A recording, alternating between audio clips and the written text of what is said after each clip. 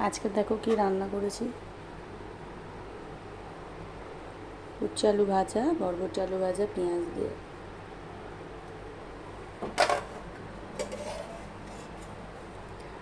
আর এটা দেখো পমফ্রেট মাছের ঝাল সর্ষে বাটা দিয়ে।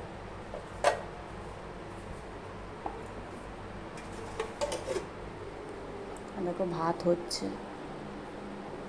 একটা স্পেশাল জিনিস রান্না করেছিলাম কালকের, আমাদের দেখাই।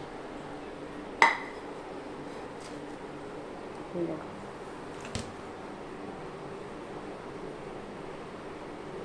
Eggless cake.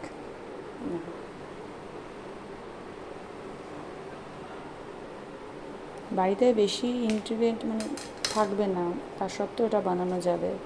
শুধুমাত্র মিল্ক, সুজি, ময়দা আর যা কেকে লাগে সেগুলো দিয়ে।